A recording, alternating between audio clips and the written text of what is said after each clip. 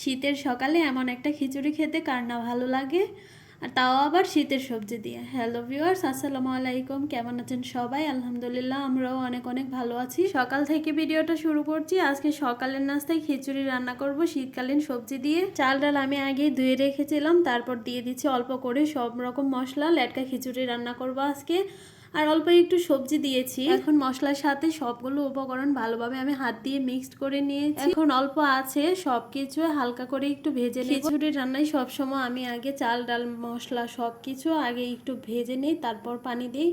আর আজকে লেটকা খিচুড়ি রান্না করব, তাই পানিটা একটু বেশি করেই দিয়েছি। লেটকা খিচুড়িতে পানিটা কম হয়ে গেলে পরে আবার পানি দিলে খেতেও তেমন ভালো লাগে না। অল্প করে সব সবজি দিয়ে আজকে খিচুড়িটা রান্না করছি। দুজন মানুষের খিচুড়ি এত বেশি রান্না করলে আবার নষ্ট হয়ে যাবে। অনেকেই আছে লেটকা খিচুড়ি পছন্দ করে না, তবে আমার লেটকা খিচুড়ি বোনা খিচুড়ি আমার দুটোটাই অনেক পছন্দ।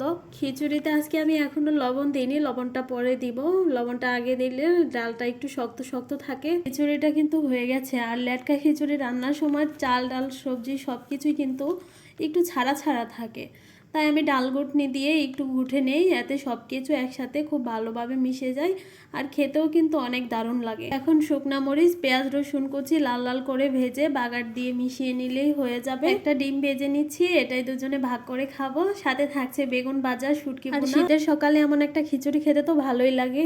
এই তো সকালে ঘুম থেকে উঠে উনি আবার পেঁয়াজ রসুন নিয়ে বসে গেছে। এখানেরটা ওখানে রাখছে আর ওইখানেরটা এখানে রাখছে। সকালে নাস্তা খাওয়ার পরে কিন্তু দুপুরের রান্নার প্রস্তুতিটা নিতে হয়। ডাল আমি আগেই বসিয়ে রেখেছিলাম, এখন বাগার দিয়ে উঠিয়ে নিয়েছি। আর এদিকে মাছটাও আমি খুব ভালো করে ধুয়ে নিয়েছি। এখন মাছটা ভেজে নেব। কড়াইতে আমি সামান্য লবণ দিয়ে দিয়েছি, কারণ কড়াইতে অনেক কাজ করা হয়, মাছটা যাতে না লেগে যায়। আর ছেলের জন্য অল্প একটু সবজি রেডি করব। আর মাছ প্রতিদিনই ওর জন্য আলাদা একটু সবজি রান্না করতে হয়, এই যে। আর ওর তরকারিটা আমি খুব অল্প মশলায় রান্না করি, আর মাছটা ভাজি না ভেজে সবজির সাথে দিয়েই রান্না করে ফেলে অল্প মশলা আর সরিষার তেলটা দিই ওর তরকারিতে। এদিকে আমি সবগুলো মশলা কষিয়ে আজকে ঝোলটা একটু তাড়াতাড়ি দিয়েছি, নয় মাথা ভেঙে যাবে।